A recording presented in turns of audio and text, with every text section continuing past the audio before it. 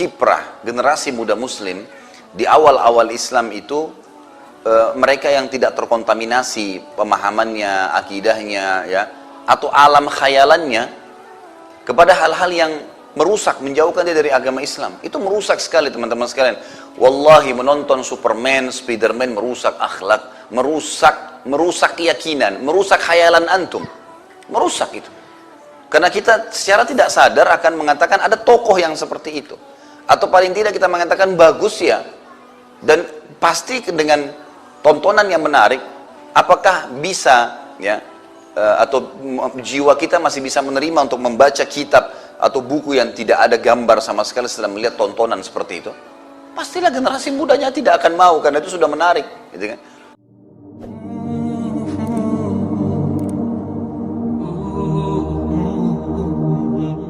Bagaimana saat bisa terbentuk dengan sahabat-sahabat Nabi yang lain, terutama saat tokoh kita ini, karena ada pemaksimalan generasi muda. Dan ini yang saya lihat sekarang hilang dari kaum muslimin.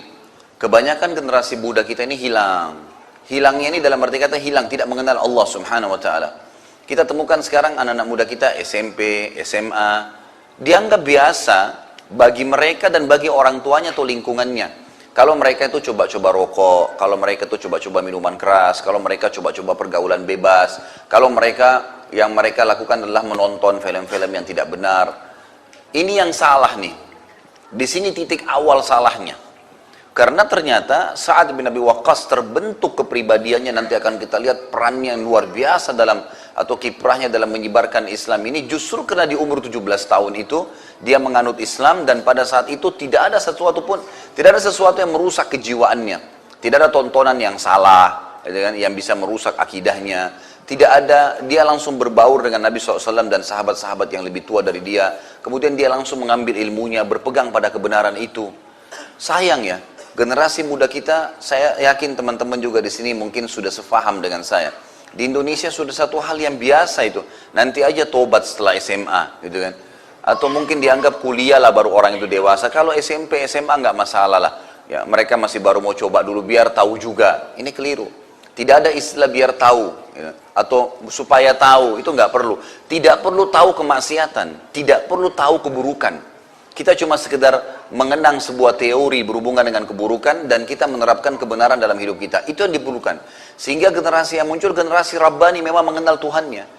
Generasi kita jauh lebih kenal siapa itu Spiderman, siapa itu Batman, siapa itu ya tokoh-tokoh yang dongeng semuanya, gitu kan? Dibuat oleh orang-orang non-Muslim, sehingga dan dengan tontonan yang menarik, sehingga akhirnya generasi muda kita bukan lagi mengenal Tuhannya, Allah Subhanahu Wa Taala, terbawa dengan arus kehidupan orang-orang kafir yang memang tidak mengenal Tuhannya. Maka tidak ada generasi yang siap untuk membela Palestina kayak sekarang, setengah mati, butuh bantuan, tidak ada tenaga pasukan yang bisa membantu mereka. Kalau di zaman dulu luar biasa gitu. Di zaman Khilafah Abbasiyah, di salah satu khalifah namanya Mu'tasim, pernah di satu perbatasan wilayah Islam dengan Rusia, ya, sebagian wilayah yang belum kena dakwah Islam, itu ada di Hamuria namanya. Ada satu orang yang prajurit-prajurit Persia waktu itu yang menarik-narik jilbab seorang wanita muslimah. Kemudian wanita ini mengatakan, "Wa Mu'tasima." Wah ini bahasa Arab seperti mengeluh. "Wahai Mu'tasim, tolonglah saya." Mu'tasim waktu itu khalifah. Dan dia ada di Irak.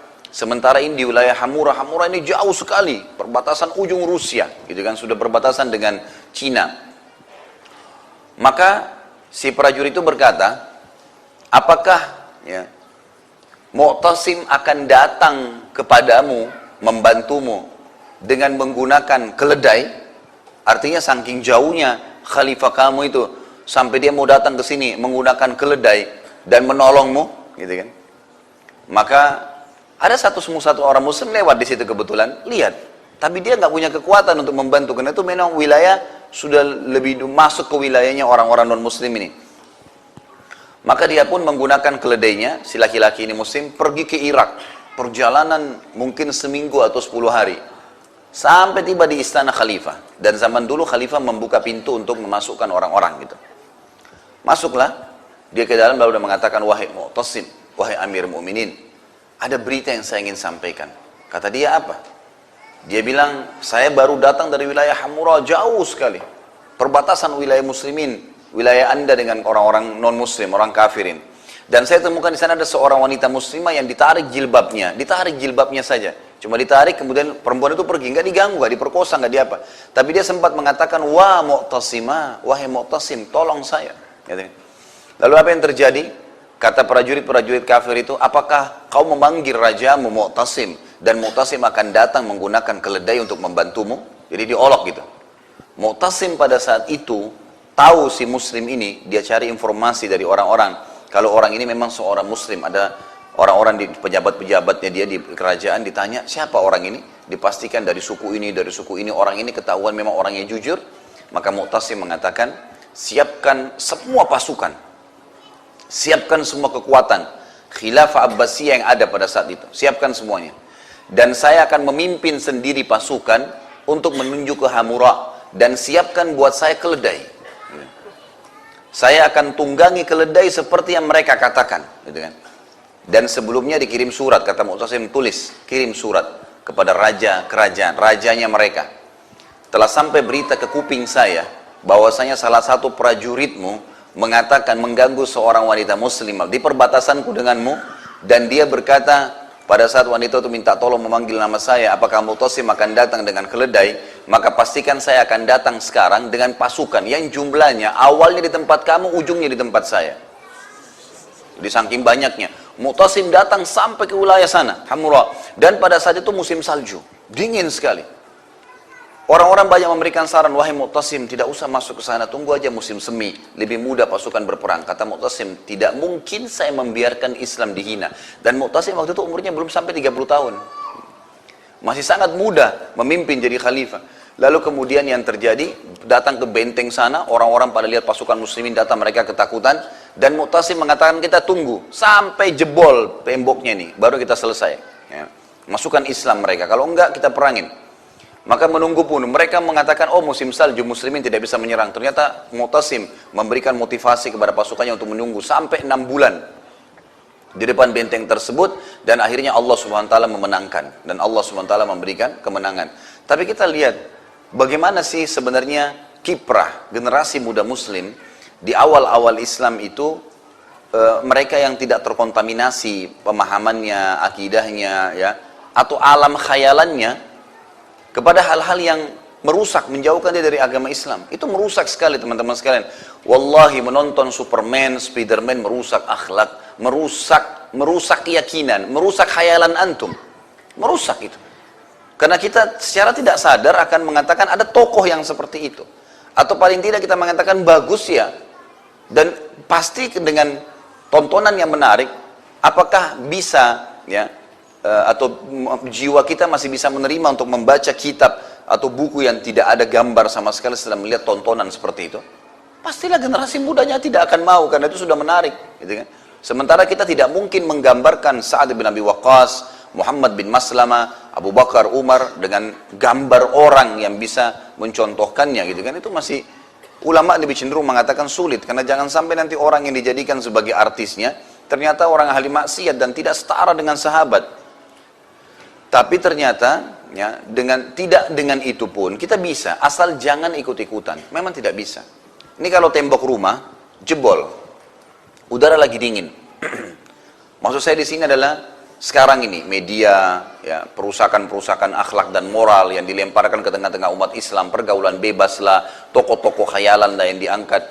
Semuanya itu seperti rumah kita. Kita orang Islam ini, semua kaum muslimin, Islamnya seperti sebuah rumah, lagi jebol nih, lagi diserang. Jebol temboknya. Ada tembok yang jebol dan udaranya dingin, masuk udara itu.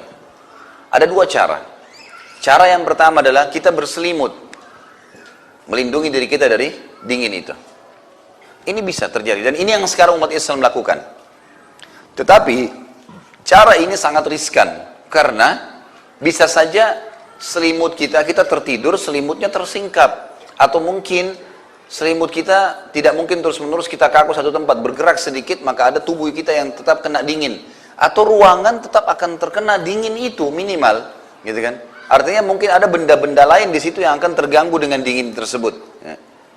Cara yang kedua, dan ini yang efektif, ini yang kita butuhkan sekarang. menutup tembok itu, ditutup lubangnya, didatangkan semen, batu bata, ditutup, sehingga biar kita tidak berselimut pun tidak ada masalah. Maksud saya begini, memang media-media sekarang teman-teman sekalian harus ditutup, nggak boleh ditonton, memang nggak bisa, tutup itu. Karena kalau antum bilang, oh nggak apa-apa, saya cuma sekedar mau lihat beritanya, seperti orang pakai selimut tadi, kira-kira antum bisa tergelincir nggak? Masih bisa. Setelah itu ternyata masuk sinetron, ternyata masuk ini, ternyata masuk itu, ternyata masuk iklan, masih ada. Memang harus ditutup, nggak bisa. Karena kalau kita buka akan ada kenikmatannya memang. Maka seperti tadi kasusnya, pasti akan tercoreng keimanan kita. Makin kental hubungan seorang hamba dengan Allah Azza wa Jalla, makin kental ibadahnya, makin fokus dia terus ibadah kepada Allah, maka makin kuat hubungannya dengan Allah, dan memang nanti akan makin dekat dengan akhirat, makin mudah untuk memunculkan jiwa kesatria dalam membela agama, makin yakin dengan kebenaran ini. Memang begitu. Makanya orang-orang non-muslim tahu tuh, dia cekokin di tengah-tengah umat Islam masalah-masalah seperti ini. Kembangkan hal-hal yang berbau syahwat, kembangkan hal-hal yang melakukan, oh ini masa muda, istilah-istilah, oh ini modern, gitu kan. Lalu kemudian kalau orang dekat dengan agama, oh itu garis keras, gitu kan. Itu teroris, itu begini, itu begitu. Jadi itu kampungan, itu klasik, kolot benar sih, dan seterusnya, beragam macam istilah. Maka ini harus kita perbaikin nih, karena memang generasi muda ini kapan salah, maka akan salah, semuanya salah.